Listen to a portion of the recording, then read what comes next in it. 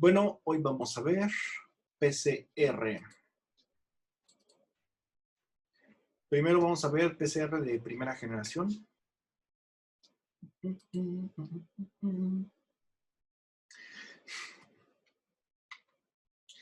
La PCR de primera generación fue no descubierta, inventada por ese científico, Kary Mullis, en 1985. Antes de esto, algunos antecedentes es que en los años 60 se descubrió la síntesis in vitro de proteínas. La técnica que se usaba era aislar mediante la ruptura con hielo seco y el aislamiento con centrifugaciones los ribosomas de germen de trigo, los cuales se ponían con aislados celulares ricos en RNA de transferencia y ATP y con RNA total, y se veía entonces la formación de los péptidos pequeños mediante los ribosomas. Así del mismo hielo seco que usan para las bebidas, bueno, pues antes ponías el hielo seco en un mortero, ponías el extracto que fuera, bueno, perdón, el tejido que fueras a macerar. Antes el más usado era para ver viabilidad era germen de trigo, pero puedes usar casi cualquier cosa, pero bueno. Entonces macerabas en presencia de el hielo seco pues no tenías problemas en su eliminación, nada más eso sí, que cuando cuando acabara de sublimar, mantenerlo completamente tapado, porque si se hidrata se puede echar a perder esto. Entonces, lo que tú observabas es que al hacer la ruptura y sus posteriores centrifugaciones, entonces al ponerlo en contacto con extracto de germen de trigo, el cual contenía los ribosomas completos, entonces tu transcrito, aquí se veía la formación de proteínas. Aquí más o menos se ven los hilos ahí de las proteínas que se van formando. Era una belleza, una belleza.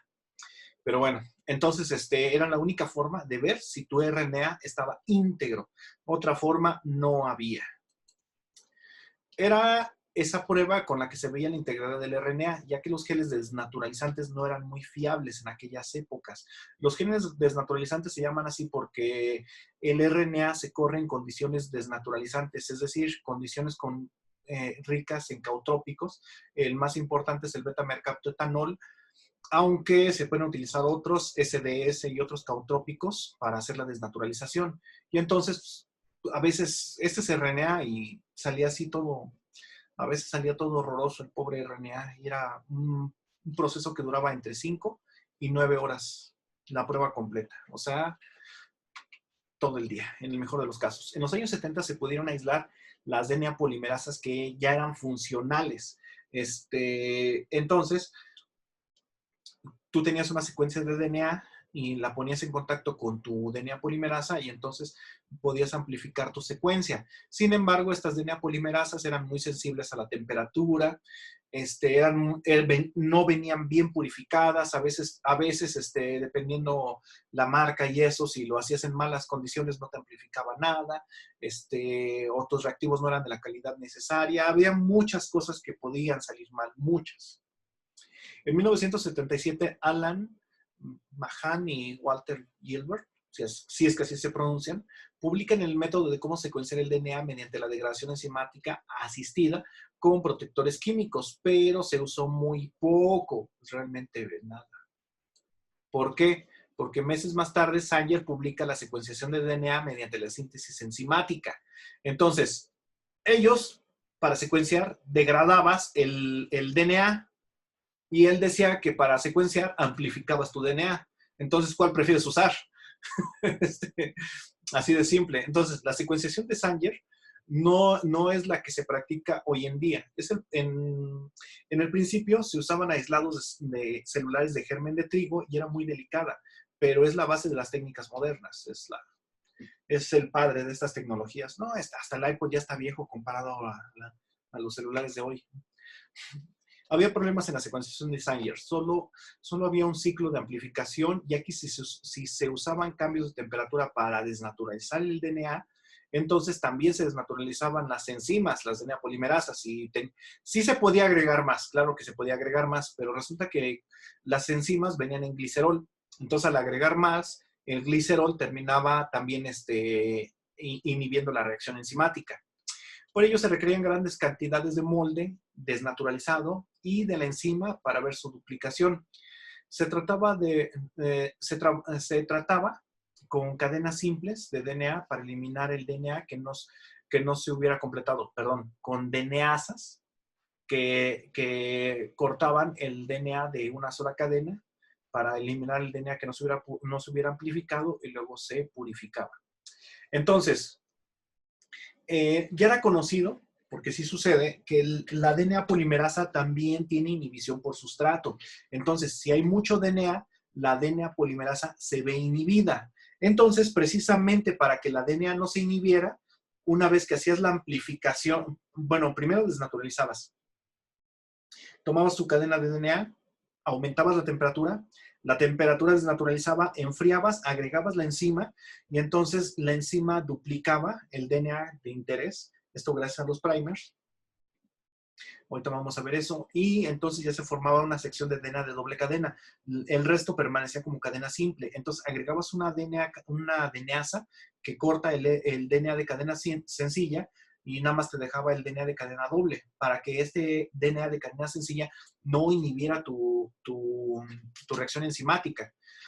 Y pues sí, era tardado, laborioso, y este es el DNA de cadena sencilla como se ve, pues no forma ni la hélice ni nada. Las innovaciones que hizo Moorish fueron las siguientes. Pasar de 1 a n ciclos. Esto con gradientes de temperatura. Para ello, como habíamos visto, la enzima se desnaturalizaba. Entonces, él necesitaba una DNA polimerasa que soportara altas temperaturas y las cuales fueron encontradas en Pirococcus furiosus, el cual tiene una temperatura óptima de duplicación de 100 grados centígrados. Entonces, la desnaturalización a 80, 90 grados centígrados que se hace del DNA, de hecho es más a 95. La desnaturalización a 95 grados centígrados del DNA a esta enzima no le hace gran cosa. También él pudo contar con reactivos más puros, pero también dentro de sus protocolos estuvo el cómo obtenerlos de manera más pura y eso permitió que se pudieran escalar estos procesos y también con ello minimizó la cantidad de molde que se requería utilizar y se eliminó completamente la necesidad de usar una enzima que degradara el DNA de cadena sencilla. Aunque el DNA sigue inhibiendo, ya no era tan perjudicial esa inhibición. Ya hasta que tienes muchos ciclos ya el DNA te inhibe. Mientras está bien ahí déjalo. Entonces, aún la enzima nativa de Pirococcus furiosus no soportaba los choques térmicos que se hacían para hacer la amplificación del DNA. Por ello, aproximadamente cada 5 ciclos tenías que agregar más enzima para seguir trabajando. Obviamente, esta misma enzima, como estaba en glicerol, al agregar más glicerol a la reacción, también la inhibías. Y ese es el Pirococcus furiosus. Así se ve. Y bueno, la metodología consistía en que tienes un DNA sencillo y vas a requerir de los primers, que son fragmentos de DNA de cadena sencilla que se agregan al DNA una vez que esté desnaturalizado, se le van a empalmar de manera complementaria, donde reconozcan la secuencia a la cual están diseñados, la DNA polimerasa y los oligonucleótidos. Entonces, desnaturalizas aproximadamente a 93 grados durante 3 minutos, 95 grados, 92 grados, 90 grados. Varía mucho esta desnaturalización dependiendo del protocolo. Entonces, agregas los primers y al momento de que agregas los primers, estos se van a alinear con la secuencia para la cual están diseñados. En esta cadena, el otro en la cadena complementaria. Entonces, al ponerla encima, esta va amplificando las secciones hasta que, bueno, ella se sigue de lleno, porque, digamos, estas bases no me interesan y son las mismas que amplifico aquí, pero bueno, ahí las dejamos. Luego, después aplico más calor, se desnaturaliza de nuevo el DNA, quedando de esta manera. Vuelvo a poner los primers, todos los primers quedan así, vuelvo a ponerle encima, y entonces, por fin, hasta este ciclo, ya obtengo el fragmento del tamaño que deseo, porque esta me va a generar un fragmento un poco más grande que es este otro, pero esta parte no me interesa. Y entonces, hasta este momento, obtengo este fragmento que es del tamaño que deseo y este otro. Y entonces, para el siguiente ciclo, ya nada más este es el fragmento que me va a interesar y todos los fragmentos que voy a obtener son de este tamaño. Los que voy a obtener a partir del tercer ciclo en adelante. Ya empieza a ser más importante este fragmento que cualquier otro que se llegue a generar. Entonces, el proceso para hacer la PCR es el siguiente. Tienes tu muestra a temperatura ambiente, aproximadamente 25 grados centígrados. El DNA está en cadena doble. Subes la temperatura abruptamente para desnaturalizarla aproximadamente a 92 grados centígrados. La mantienes aproximadamente unos 5 minutos. También aquí vemos que el cambio no es instantáneo, no sube instantáneamente, sí tarda en subir unos segunditos, tampoco tarda tanto. Entonces, desnaturaliza el DNA en frío lo suficiente como para que se alineen los primers. Las alineaciones de los primers se dan entre 45 y 65 grados usualmente, aunque hay primers que son muy, muy grandes y tienes que alinear como a 70 grados. Entonces, esta alineación es a alta temperatura, pero la mayoría son entre 55 y 60 grados, la mayoría, la inmensísima mayoría. Y entonces ya alineo, subo la temperatura a la temperatura óptima de la DNA polimerasa, que es aproximadamente 72 grados centígrados, y entonces aquí sucede el ciclo de elongación. Aquí es donde la DNA polimerasa pega a los primers, pega a los primers los oligonucleótidos para que se dé la amplificación de la cadena, y luego entonces el ciclo vuelve a repetirse, vuelve a desnaturalizar e inicio aquí de nuevo. Y así de nuevo empieza a repetirse el ciclo. Este sería el ciclo 2. Y así, el número de ciclos que se utilizan para la mayoría de los procesos son de 30 ciclos. Hay procesos de menos, hay procesos de 25, 20 incluso. 18 he llegado a trabajar. También he llegado a trabajar de 35, incluso 40 ciclos. Pero lo óptimo es 30, así como que 30 es así como que el número mágico para la PCR. Entonces, el programa del termociclador que normalmente se utiliza es una desnaturalización inicial de 94 grados centígrados durante 30 segundos.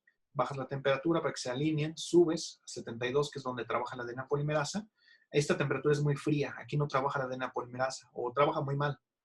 Y a esta temperatura el DNA está desnaturalizado y la DNA polimerasa no puede trabajar. Entonces, por eso trabajas aquí en la temperatura óptima. Nuevamente desnaturalizas, enfrías para que se alineen los primers, subes la temperatura, que se dé la replicación, desnaturalizas y así sucesivamente. Son los ciclos. Entonces, se programa un ciclo inicial y ya en el termociclador, que es donde el termociclador es el equipo donde se lleva a cabo este proceso en el que subes y bajas la temperatura, ya de manera automática, nada más le dices cuántos ciclos vas a repetirlo y ya solito te lo programa. Vamos a ver algunos detallitos con esto. Que normalmente se le da una elongación final. Se da una elongación final que va de 5 a 15 minutos para cerrar todas las cadenas que no hayan quedado completadas, porque hay unas cadenas que luego la enzima como que le dio flojera o la hizo muy aprisa y quedó chimuela. Entonces, se da una elongación final para que la enzima pueda trabajar, pueda reparar las cadenas que hayan quedado mal sintetizadas. También aquí vemos el efecto del número de ciclos. En el pozo 1, que es este es un gel de agarosa. Este es el pozo 1, este es el marcador de peso molecular. En el pozo 2 está el producto, el producto que deseamos. Y los otros son artefactos no específicos de la reacción. Entonces, aquí en el 2 vemos el producto que deseamos. Aquí a 10 ciclos no se ve nada. 15 ciclos todavía no se ve nada. 20 ciclos ya empieza a aparecer algo. 25 ciclos ya se ve bien. Aquí en 40 y 50 ya es como que demasiado. Pero ya vemos que aquí a 50 ciclos empiezan a aparecer productos no deseados. Otras bandas que nos van a estorbar en la mayoría de los casos. Entonces, nos quedamos aquí con una amplificación entre 30 y 40 ciclos en la mayoría de los casos. La elección de los primers, de preferencia que tengan un contenido de guanina y citosina que sea aproximadamente del 50%, que no tenga de preferencia secuencias largas de una sola base, evitar que haya complementariedad entre los primers. Esto es súper mega importante, que no se complementen los primers, porque si no se pega uno con otro y no se van a pegar a tu DNA. De hecho, lo preferente es que se repelan, que se parezcan mucho no, tampoco que se parezcan, que se repelan. Ahorita lo dejamos así. El tamaño recomendado es de 20 a 30 pares de bases. No pasa nada si te pasas, pero si te falta, si tienes menos de 20 pares de bases, entonces el reconocimiento puede ser inespecífico y pegarse a genes que no debe. Entonces, yo he trabajado incluso con primers hasta de 100 pares de bases. Pues, pues, es casi lo mismo, pero el reconocimiento es mucho más específico. También he trabajado con primers de 18. Incluso antes se hacían PCRs con primers, que son hexámeros, que son prácticamente 6 pares de bases al azar. Y haces la PCR y ves que se amplifica y ya con eso trabajas. Pero esa es otra historia. Luego la vemos. La concentración de los primers se maneja de 0.1 a 0.5 micromoles y también se debe de evitar que haya guaninas y citosinas en los extremos de preferencia. Ya saben que las enzimas de replicación les gustan, no sé por qué, las adeninas y las timinas. Les gustan, entonces, de preferencia que no haya guaninas y citosinas, para que la enzima se sienta más familiarizada, supongo. Es preferible que las primeras y las últimas bases sean adenina o timina, ya que generalmente son las primeras que interaccionan y esto facilita también el rompimiento de las interacciones inespecíficas. Entonces, precisamente aquí hay otro punto a favor de que sea adenina o timina, los primers, las bases con las que empiezan los primers, porque facilitan el rompimiento de uniones inespecíficas y también la enzima lo reconoce más fácilmente. Cuando se hace PCR para diagnóstico, no se recomiendan usar fragmentos mayores a 200 pares de bases. Entonces, casi todos los fragmentos, todos los PCRs que se utilizan para diagnóstico, ejemplo, COVID, deben de ser de 200 pares de bases a lo mucho. Aquí vemos uno que es de 270, 227. Está aceptable todavía, pero más de esto ya no se recomienda. Ahorita vemos algunas razones. Bueno, más bien las razones son los protocolos. Ahorita vemos. El cálculo del melting, que es el punto en el cual se hace el alineamiento. Hay muchas fórmulas. Esta es la más conocida porque es la más fácil de usar, la más simple. Y es el número de guaninas y citosinas que haya multiplicado por 4 más el número de adeninas y timinas multiplicado por 2. Entonces, supongan que tienes un primer de 40 pares de bases. 40 pares de bases, 10 de cada una, perfecto. Entonces, hay 10 guaninas, 10 citosinas. 10 más 10 son 20. Por 40, por 4 son 80. Más 10 y 10 son 20. Por 2 son, ¿qué? 40. Son 40 más 80 que llevamos, 120 grados centígrados, la temperatura de alineamiento de este primer. Entonces, esta fórmula, aunque es la más conocida, es exageradamente mala. O sea, un primer de 40 pares de bases que tenga misma cantidad de adeninas, de misma cantidad de todas las bases, tendría una temperatura de alineamiento de 120 grados centígrados, lo cual es falso. O sea, no puedes pasar de 70 grados centígrados. Entonces, existen otros algoritmos precisamente para dar este reconocimiento. Ahorita vemos algunos. Entonces, la temperatura también depende de la especificidad. Entre más específico sea, no necesitas una temperatura tan alta. Si es muy inespecífico y le puede pegar a muchas cosas, olvídalo. Sube la temperatura lo más que puedas. También, si hay uniones incorrectas entre los primers, aquí vamos a ver algo que se llaman estructuras secundarias de los primers. Si los primers forman mucha estructura secundaria, la temperatura de alineamiento tiene que ser más alta para romper esta estructura secundaria. Eso no es malo, la estructura secundaria es buena, siempre y cuando sea dentro del mismo primer. Si hay estructura secundaria entre primers, ahí sí es malo. Pero bueno, una extensión incorrecta de nucleótidos en el extremo del primer 3'. Esto significa que si tienes, por ejemplo, uno de los puntos que hemos visto que no haya muchas bases repetidas, por ejemplo, la base que es más castigada en el extremo 3' es la adenina. Si hay muchas adeninas, sobre todo en el extremo 3', seguramente esto va a salir mal. ¿Por qué? Porque el DNA de eucariontes tiene la linda característica, no, el DNA no, el RNA tiene la característica de que forma una cola de poliadeninas. Y esta cola de poliadeninas le permite tener unión a varias proteínas que reconocen la cola. Entonces, tú pones unas adeninas en la cola terminal, en el extremo 3', puede tener uniones el primer a ciertas proteínas. Porque normalmente el primer no lo haces con DNA puro, lo haces con un extracto de la célula. Y entonces puede tener unión a proteínas y suceden cosas extrañas. Entonces, nada más de preferencia no hagas eso. Se debe marcar una alineación, se debe de hacer un alineamiento virtual para descartar que los primers peguen en un lugar no deseado. Entonces, hay páginas especializadas donde puedes hacer un alineamiento de tus primers para ver en qué secuencia del DNA se van a unir, qué porcentaje de unión tienen y ahora sí que la probabilidad de éxito de tu PCR. Hay muchas páginas que se pueden utilizar. Ahorita vemos algunas. Las DNA polimerasas. Deben de, las de primera generación, las primeras aisladas son termolábiles. Obviamente las aislaban de Escherichia coli, o sea, por Dios, este bicho se muere a 50 grados centígrados completamente, entonces obviamente sus DNA polimerasas no aguantan nada. Aunque todavía se sigue utilizando la cleno es la enzima de la DNA polimerasa Escherichia coli. Esta tiene una linda característica, funciona como DNA polimerasa, pero también funciona como DNasa.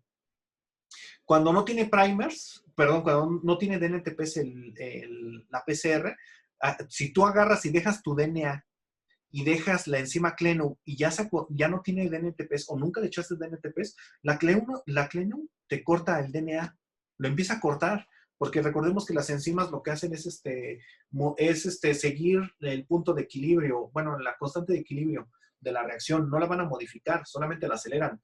Entonces, si no hay este producto, lo empieza a fabricar. Entonces, por eso empieza a cortar el DNA. Todavía se utiliza para cuando lo que tú quieres es hacer eso, cortar el DNA, pero es muy inespecífica, no se la recomiendo. También se utilizaban las DNA polimerasas del fago T4, y todas estas tienen una temperatura óptima de amplificación de 42 grados centígrados. También están las termoestables, que tienen una temperatura óptima que va de 72 a 75 grados centígrados. Entre ellas está la más famosa, que es la TAC-DNA polimerasa, que es la aislada de termófilos acuáticos. Hay otra que, no me acuerdo, este es termófilos, pero no me acuerdo de TH. Termófilos térmicos, no me acuerdo, no olviden. La polimerasa de este microorganismo. Entonces hay varias DNA polimerasas. Estas les digo que te cortan el DNA, tienen actividad exonucleasa de 3 a 5', o sea, empieza a cortar desde el extremo 3 y se dirige hacia el 5. Estas son termolábiles, la temperatura óptima es de 37-42 grados centígrados. Las termoresistentes, estas no tienen actividad exonucleasa, no la mayoría, son termoestables. Por ejemplo, la mayoría aguanta a 6 minutos a 97 grados centígrados, a 95 grados centígrados puede aguantar a 40 minutos y a 92 grados centígrados aguanta 2 horas 10 minutos. O sea, el calor no les hace mucho que digamos. Las TAC-DNA polimerasas es una polimerasa de elección que depende mucho del proceso, pero creo que depende más de la oferta que te ofrezcan algunos laboratorios. Ahorita vemos unos detallitos de eso. No tienen actividades exonucleasas. No es necesario aumentar mucho el número de ciclos. Entonces, también se trata de disminuir al mínimo el tiempo de cada ciclo para evitar productos inespecíficos. Y también se recomienda no añadir cantidades excesivas de cloruro de magnesio. Y también una cantidad de equimolar de cada uno de los DNTPs, es decir, adenina, guanina, citosina y timina, deoxi, para que evites que haya mutaciones inducidas por la PCR. Aquí hablando de mutaciones, el magnesio, no como cloruro de magnesio, el magnesio sí tal cual, induce mutaciones. Sin magnesio, la enzima no se pega al DNA, pero con exceso se pega en donde sea. Entonces la facilita tanto la reacción que la hace inespecífica, por no decir otras cosas. Bueno, los deoxinucleótidos se llaman DNTPs porque es deoxi, la N de que puede ser cualquiera, adenina, citosina, guanina, timina. Se recomiendan que estén en una concentración que va desde 20 a 100 micromolar de cada uno. También si agregas muchos de estos, se inhibe la reacción. Entonces no crean que por agregar más de estos se hace más fácilmente la reacción. No, al contrario, la puedes inhibir. La concentración similar de cada uno y concentraciones de magnesio. La concentración de magnesio se tiene que estandarizar prácticamente para cada PCR. Uno pensaría que pues, ya están las enzimas elaboradas, que todo va bien, pero no. La realidad es que para cada PCR hay que estandarizar la cantidad de magnesio que se agrega.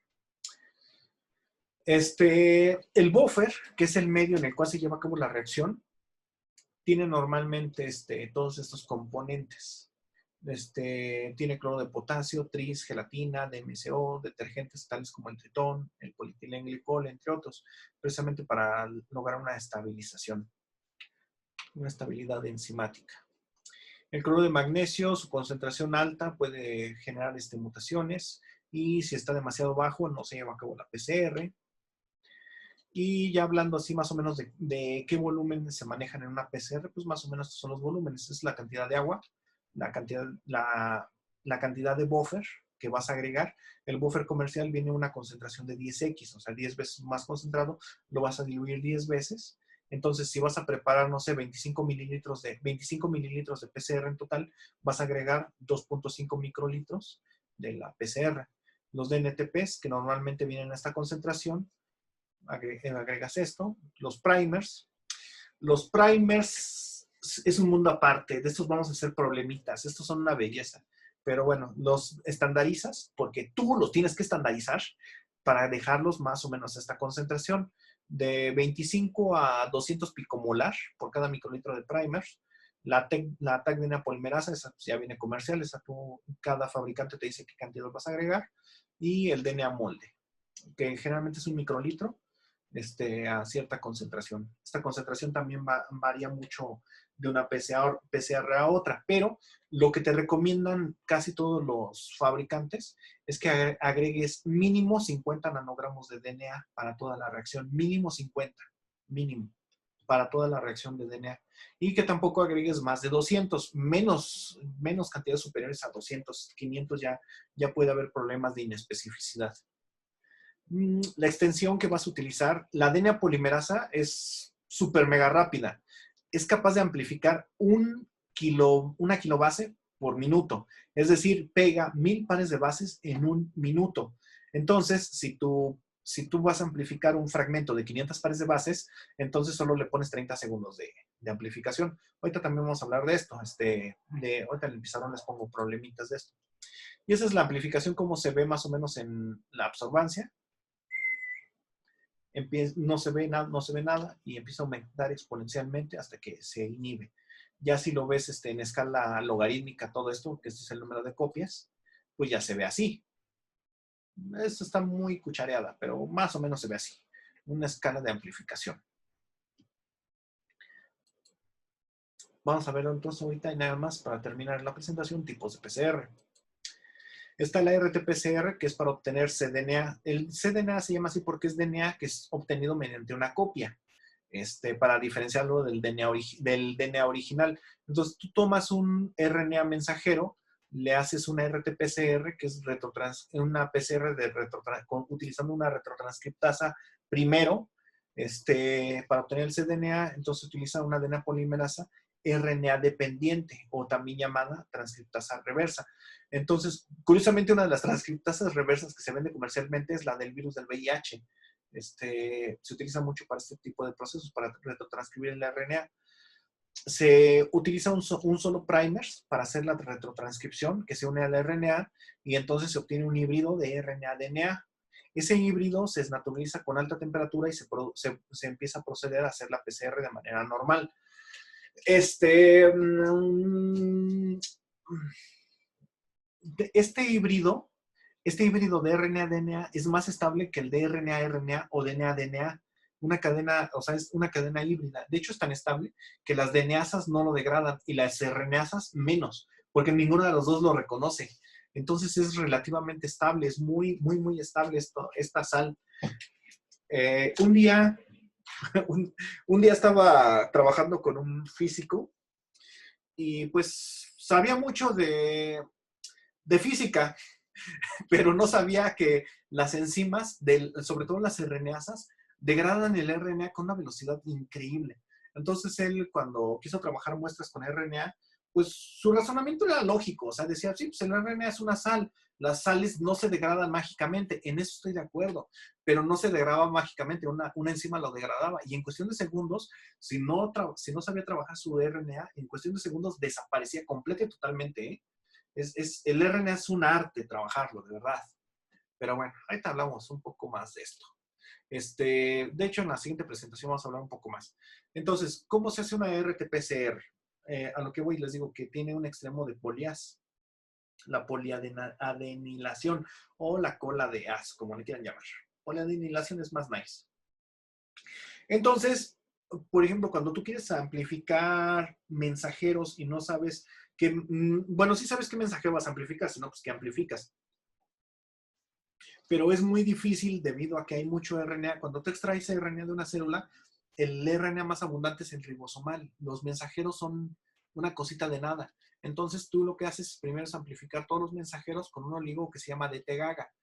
Este oligo DT, perdón, antes del DT-GAGA, el oligo DT se llama así porque tiene deoxitimina. Esta deoxitimina se pega con la adenina, que esta no es adenina, es deoxiadenina porque es RNA.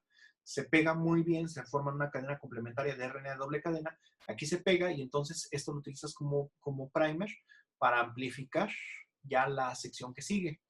Ya se da la amplificación y ya queda así. Y este es el híbrido de cDNA con RNA. Entonces, esta cadena de arriba es de DNA, esta abajo es de RNA. Y una vez que ya amplificaste esta cadena, más bien todos los mensajeros, porque todos los mensajeros van a tener la cola de polía, entonces ya aplicas un primer específico para el mensajero que quieres amplificar. Entonces, la síntesis del cDNA a partir de una doble cadena, double strands de cDNA, es lo que significa double strings. Aquí tienes el RNA, desnaturalizas. Y este RNA se va. Te quedas únicamente con el DNA. Entonces, el oligo de T, tiene la linda característica de que puede formar hairpin, como loop, esta vuelta, rizo, rizo le llaman, rizo. Entonces, este rizo deja aquí un extremo que puede ser reconocido por la DNA polimerasa y a partir de aquí empieza a sintetizar la otra cadena. Esta, aunque es línea, es una línea, no es RNA, es la otra cadena que es sintetizada de nuevo, pero a partir del mismo primer. Y eso puede, bueno, eso hacen algunos primers para que no necesites agregar más. Directamente con uno puedes trabajar. Hay otra que se utiliza, que es la RNasa H. La RNasa H tiene la linda característica de que corta el RNA, que reconoce, la RNasa H sí reconoce este híbrido de RNA con DNA y corta el segmento. Entonces, al cortar unos segmentos, no significa que se vaya a despegar, nada más que cortó un pedazo. Entonces, al poner la DNA polimerasa repara ese segmento, y queda así, un extremo todavía más híbrido. Vuelves a tratar con más RNasa y queda así, y hasta que finalmente ya se elimina todo el RNA y ya toda tu cadena es de cDNA. Este es demasiado elegante y demasiado caro. Este proceso no, la verdad no me gusta. Nunca lo he hecho tampoco, pero no me gustaría realizarlo, siendo que desnaturalizando directamente puedes pasar de aquí hasta acá. Pero, ¿y entonces para qué se inventó? Ah, cuando tienes problemas de mutaciones. Cuando tienes dos cadenas cuya diferencia son 3, 4 pares de bases, y esas 3, 4 pares de bases, tu primer no lo reconoce bien, pero al degradar el RNA así paulatinamente, así con especificidad, puedes distinguir cuál de las dos es. O sea, sí hay cadenas, hay secuencias que se parecen muchísimo, muchísimo. Entonces, en ese caso es necesario hacer este proceso. Bueno, se usa únicamente cuando se conoce la secuencia principal de la proteína. Ayuda mucho a saber el uso del codón del organismo con el que se trabaja. Ah, esto es, perdón. Me regreso unos 20 segundos. Existe algo que se llaman primers degenerados. Ay, qué horrible nombre. Eso de que está degenerado significa que no es una secuencia única, sino que cuando tú pides esos primers, digamos, un primer lo puedes pedir así con la secuencia. Deme un primer que tenga la secuencia C, A, G, G, T, G, A, A, C, y así me voy, ¿no? Pero, si tú conoces la secuencia de aminoácidos y no conoces la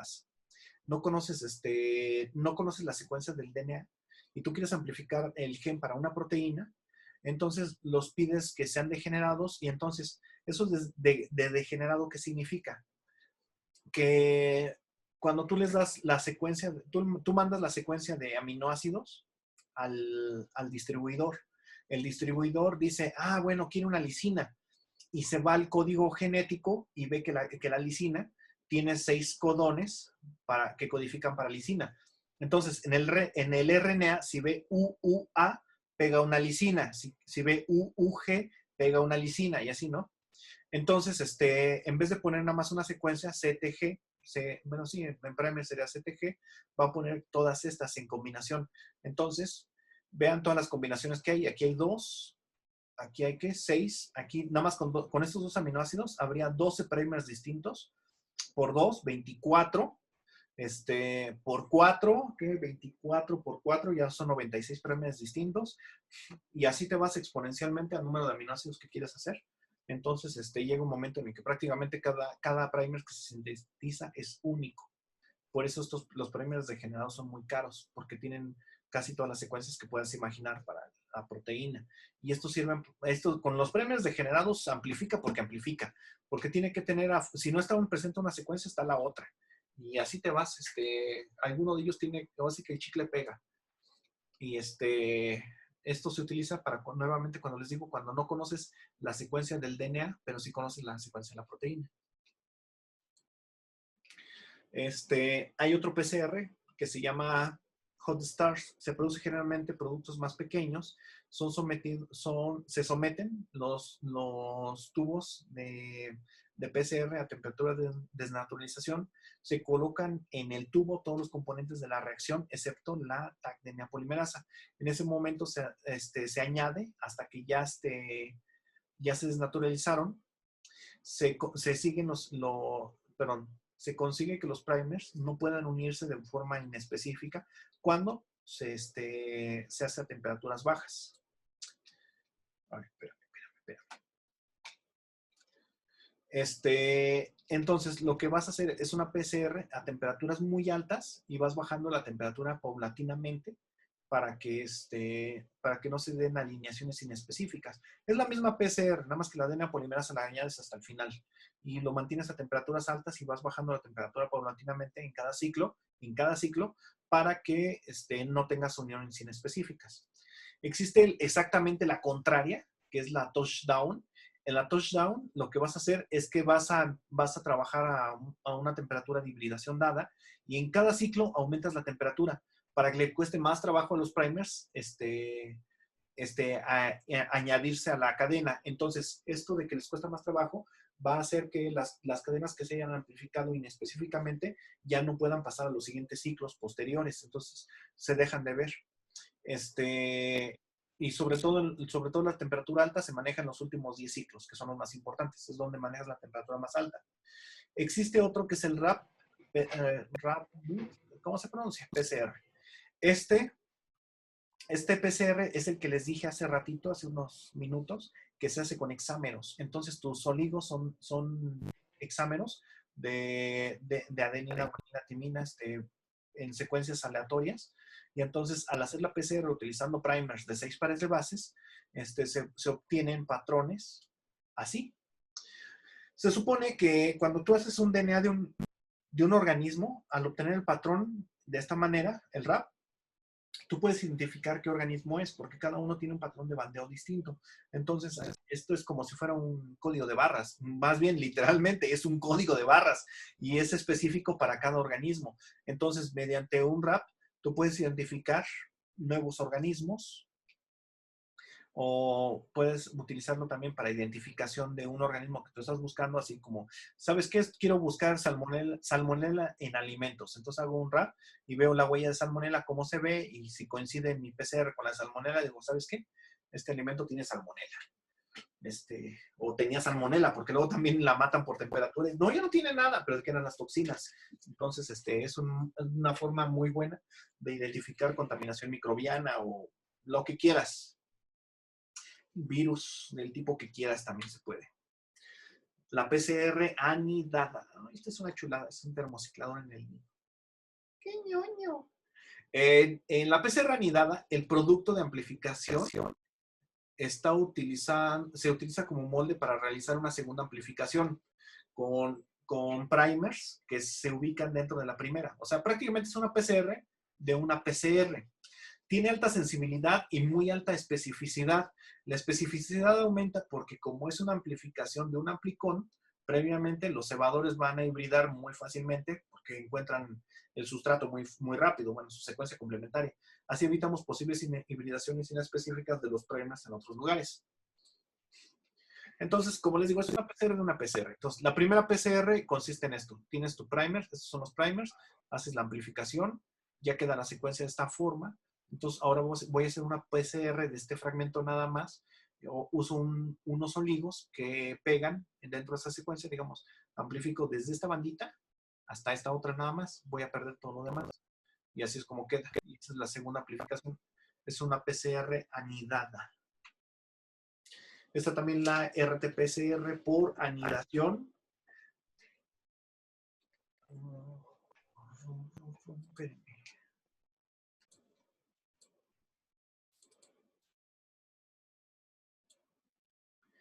Bueno, la PCR anidada es una transcriptasa, es igual, es una transcriptasa inversa, donde haces tu cDNA de una cadena específicamente y luego vas a hacer una PCR, pero no utilizando la misma longitud del cDNA que utilizas, sino una longitud más pequeña y normalmente es mucho más sensible esta técnica que hacer una RT-PCR completa de todo.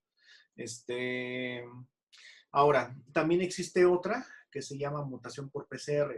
Y tú lo que vas a hacer aquí es inducir una mutación al momento de que haces una PCR. Existen varias formas de hacer la mutación. Una de ellas, la más barata, pon cantidades industriales de cloruro de magnesio antes de que se inhiba la reacción. Cuando haces la PCR seguramente tiene mutaciones porque el magnesio hace que la enzima pegue promiscuamente las bases sin fijarse que está pegando. Esa es una. La otra que se utiliza es una que se llama DNA shuffling, que creo que sí está aquí. Bueno, hay otra que se llama solapado, que se introducen cambios en la secuencia del DNA clonado. Para ello requieres dos cebadores, dos primers que sean mutagénicos, es decir, estos primers ya tienen la mutación que tú deseas inducir. Y otros que se amplifican y los vas a utilizar como fragmentos para hacer tu DNA.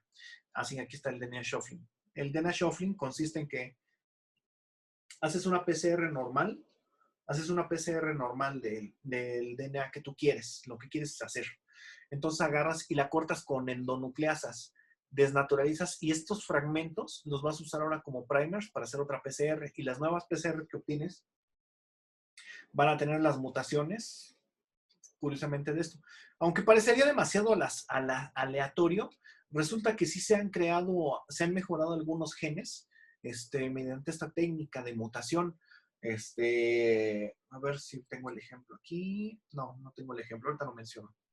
Entonces, tienes una familia de genes. Lo que haces en el DNA shuffling es que haces una PCR y amplificaste, fragmentas y utilizas estos primers como oligos para una nueva PCR y lo que obtienes es un híbrido que sigue perteneciendo a la misma familia. La otra técnica que se llama Rachid, en ella desnaturalizas todos los fragmentos, los rompes y los pegas todos juntos, los hibridas con una cadena de polius y entonces haces la digestión de la poliu y ya alineas, bueno, vuelves a hacer la PCR ya del digerido y, y ya tienes nuevamente tu mutación ahí inducida. Una aplicación de esto, sí viene, pensé que no la había puesto. Una aplicación de esta fue precisamente para obtener una proteína CRI que es 700 veces más tóxica para el gusano soldado y 10 veces menos tóxica para las larvas de otras plagas, bueno, de otros insectos. El gusano soldado, aquí están los lindos gusanos soldados, son una plaga que ataca a casi todos los cultivos, pero principalmente el maíz es una amenaza. Se llama así porque ataca organizándose, bueno, se organiza y atacan a todo el cultivo de una manera casi estratégica, por eso le llaman gusano soldado. Entonces, el Bacillus thuringiensis produce una proteína, que es la proteína CRI, que es tóxica para casi todos los insectos, pero ya les había dicho que hay proteína CRI que es específica para lepidópteros, para hemípteros, para dípteros, etc. Y entonces, haciendo la técnica de DNA shuffling, la doctora Schnosle en 1997 hizo una publicación donde pudo obtener una proteína que era 700 veces más tóxica para este gusano y era 10 veces menos tóxica para los demás insectos, otras mariposas que no hacen nada. Otra técnica que es la PCR in situ, que es prácticamente una PCR que se hace en secciones histológicas, en células, o donde pueda generarse o visualizarse la PCR. Es realizada en preparaciones fijas o en portaobjetos, como se muestra aquí. En la técnica de PCR in situ se realiza una primera amplificación de DNA blanco y luego se hace una detección mediante hibridación con sondas que pueden ser de DNA o RNA, de manera que pueda detectarse en cantidades pequeñísimas si está presente en el genoma. Esta técnica es de gran alcance y permite amplificar una población de secuencias de menor representación, por ejemplo, organismos de suelo, que cada organismo normalmente en el suelo, debido a la gran cantidad de microorganismos que hay, cada organismo está en una cantidad infinitesimal e identificarlo del resto del ruido cuesta mucho trabajo y esta técnica es muy buena para eso. Normalmente lo que hace es para también identificar, aparte de usar técnicas colorimétricas, enzimáticas como la que tenemos aquí, puedes utilizar material radioactivo para velar las placas fotográficas y tú ya identificas en qué sección del tejido está el gen que tú estás buscando. Y hay otra que es la inmuno-PCR. Bueno, esa es detección in situ de la PCR. Para ello tienes que tener un anticuerpo que tiene una marca. Esta marca puede ser fluorescente o puede ser radiactiva y este anticuerpo se va a unir a una secuencia de DNA específica, no a cualquiera, sino a una secuencia específica que normalmente ya viene puesta en los primers. Entonces, cuando tú compras un primer que tiene esa secuencia, aunque esa secuencia no te sirva a ti para nada, no se parece al gen que estás buscando en nada, pero te venden el anticuerpo que se une a esa secuencia. Entonces el resto del primer sí se une al sitio que tú quieres, mientras que tu anticuerpo se une a esta secuencia y entonces tú ya la detectas por fluorescencia, radioactividad o actividad enzimática y permite hacer visualizaciones de este tipo. Esta otra que es la micro-PCR, que en ella no se hace aislamiento de DNA, se pone directamente las células vivas en el tubo de PCR. En ella, por ejemplo, hacen esto, picado de hoja, pequeñitas, o con un perforador, toman disquitos de hoja y ponen el disco de hoja en el tubo de PCR. Y entonces, esta PCR es mucho más rápida, evita que hagas la lisis celular, la cual es tediosísima. De hecho, las células se van a romper al calentarlas a alta temperatura. Entonces, esto permite hacer un diagnóstico, sobre todo de enfermedades en plantas, aunque también ahorita en humanos también se puede utilizar para diagnosticar, no sé, por ejemplo, COVID, de manera rápida, sin necesidad de aislar DNA, sino simplemente haces la prueba. Bueno, la PCR. Hay otra que es la PCR Colony. En ella haces una transformación de bacterias. Estas bacterias las utilizas como banco, donde va a estar tu DNA. Como crecen, sabrá Dios cómo, lo que vas a hacer es que tomas una bacteria y tomas un asado de esa bacteria, ese asado lo metes en el tubo del pez. Bueno, perdón. Primero, antes de esto, tomas el asado y lo resiembras en una placa que ya la cuadriculas y dices colonia 1 y pongo el tubo 1. Colonia 2, tubo 2. Colonia 3, tubo 3. Y entonces haces una placa paralela a una PCR en serie que vas a hacer. Y entonces haces la PCR, corres el gel y ves cuál de estos números de PCR tiene la transformación que tú deseas o el gen que tú deseas. Y entonces ya vuelves a resembrar únicamente la colonia que tenía el gen. Ya no vuelves a sembrar toda la placota. Por eso se llama PCR colony. Y bueno, ya para terminar, vamos a ver los cuidados finales de la PCR. Tener especial cuidado durante los pasos previos a la amplificación, que es recoger el material, enviarlo, custodiarlo y procesar las muestras. Entre ellos, que no se rompa la cadena a frío cuando tienes que enviar las muestras, porque luego se degrada el DNA. Pues el RNA, háganme cuenta que tiene estas características. Si tú lo que quieres es enviar RNA, Lo peor que puedes hacer es enviar muestras congeladas. Casi nunca va a llegar la muestra congelada. Entonces, aunque el RNA se conserva muy bien a temperaturas de congelación, al momento de que tú envías muestras y se descongelaron, olvídalo. Ya cuando llegan al destino ya no hay RNA. Las RNAs hay hasta en el aire. Tu piel tiene RNAs hasta decir basta, porque es un mecanismo de defensa que tenemos contra cualquier virus que quiera llegar a nuestro cuerpo. Precisamente secretamos RNAs en el sudor. Entonces, el RNA se degrada hasta por verlo feo. Entonces, sobre todo en la cadena de frío, si no tienes la certeza de que va a llegar fría la muestra o congelada, mejor no la refrigeres.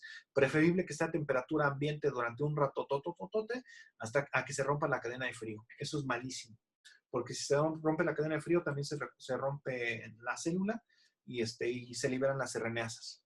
La otra es una limpieza exhaustiva y esterilización. Incluso hay quien lava con lejía. Esto me parece excesivo, pero bueno, más o menos. Con etanol, luz ultravioleta y soleranos para limpiar las cabinas donde haces la PCR. Y pues obviamente que esté detrás de una micra, una mampara, para que no haya contaminación por parte del operador. En los laboratorios de diagnóstico genético se suelen tener áreas bien separadas de trabajo. Un laboratorio para la preparación de la mezcla, donde se va a hacer la mezcla madre de la PCR, otro donde se adiciona el DNA y otro donde se trabaja ya después con las muestras procesadas. Y estas áreas se clasifican así: área blanca, área negra y área gris. También también las clasifican así de acuerdo a la limpieza y a la seguridad. Por ejemplo, en algunos lugares el área negra es el área donde el operador tiene más peligro de sufrir contaminación de cualquier tipo, porque se trabajan reactivos peligrosos o cosas así. El área blanca es donde se viene una limpieza exhaustiva, y el área gris, aunque no está tan limpia, no hay peligro para el operador, no es un área negra. Entonces, son las tres áreas que se manejan en algunos laboratorios para trabajar. De hecho, regrésate.